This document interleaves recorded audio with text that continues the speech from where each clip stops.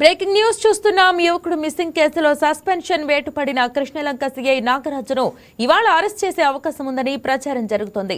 నాగరాజును arrest చేసి కోర్టులో హాజరుపరిచే అవకాశం ఉందని సమాచారం. నగర పోలీస్ కమిషనర్ ఆదేశాలతో ప్రత్యేక బృందాలు రంగంలోకి దిగాయని ప్రచారం జరుగుతోంది. సాయి కృష్ణ నిర్బంధం, హత్యాయత్నం కింద సీఐ నాగరాజుపై ఇప్పటికే పోలీసులు కేసు నమోదు చేశారు. మరోవైపు సాయి కృష్ణ మిస్సింగ్ కేసులో ఇవాళ 3వ రోజు విచారణ కొనసాగుతోంది.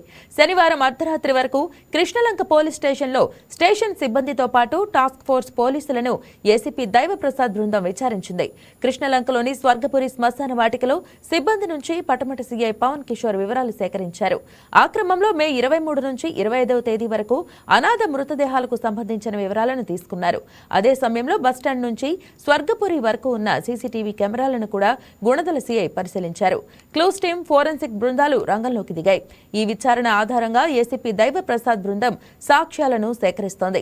జగ్గైపేట, మైలవరం, గుణదల, వన్ టౌన్, సత్యనారాయణపురం, పటమట పిఎస్ల నుంచి పలు వివరాలు సేకరిస్తున్నారు.